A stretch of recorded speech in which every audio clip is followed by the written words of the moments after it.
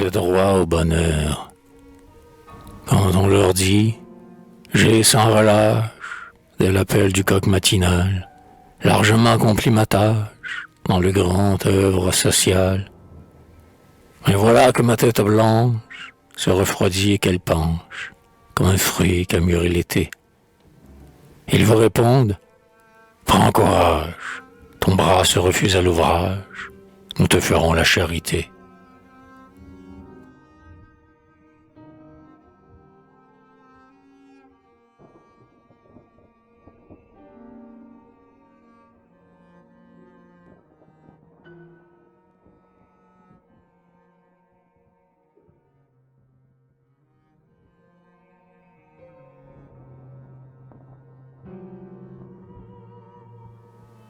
La charité, non pas.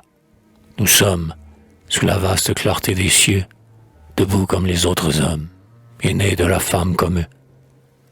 La même éternelle matière sentira la même poussière, enfanter un germe nouveau, quand la mort muette et glacée aurait fait taire la pensée qui vibre dans notre cerveau.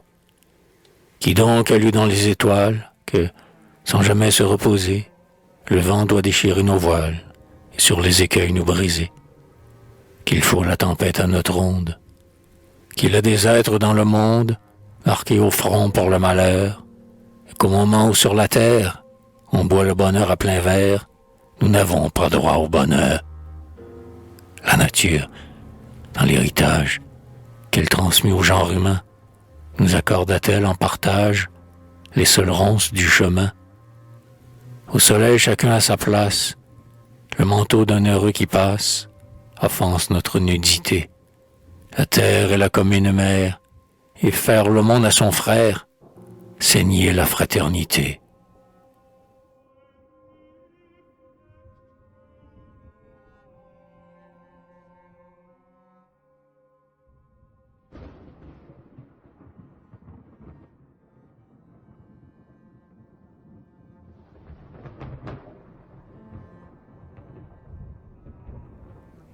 Et que nous parle-t-on encore de la rayonnante pitié que le vieux monde vit éclore dans le sang du crucifié? A-t-il donc été le seul juste? Croit-on que le progrès auguste au pied du gibet s'arrêta et que l'esprit n'a d'autre règle que de balancer son vol d'aigle sur les hauteurs du Golgotha? Tout ce qu'affirme le génie en ces systèmes éclatants concourt à l'immense harmonie à travers la chaîne des temps.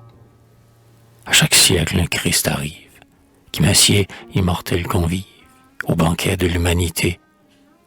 Et les uns écrivent justice, où l'autre écrivait sacrifice. Renoncement et pauvreté, quand les bise ébranlent la porte des vieillards que l'hiver atteint, il est certes bon qu'on apporte une branche au foyer éteint.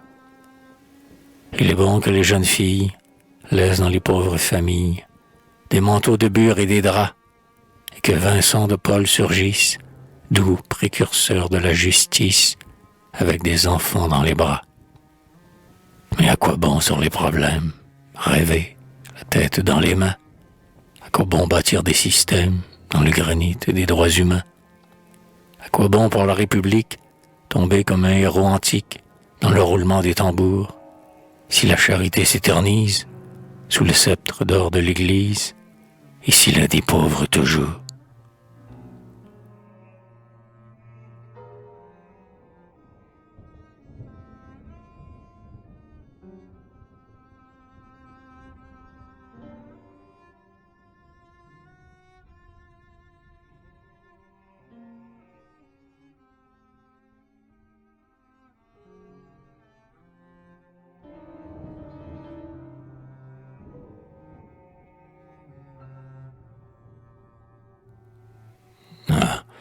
Quoi qu'on dise et quoi qu'on fasse, nous voulons, aux sociétés, trouver contre le vent qui passe un abri dans l'égalité.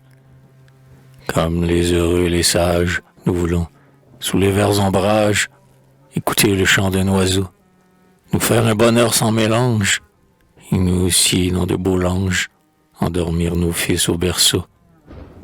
Nous voulons, créant sans secousse, l'apaisement universel, sur les charniers où l'herbe pousse, bâtir l'atelier fraternel.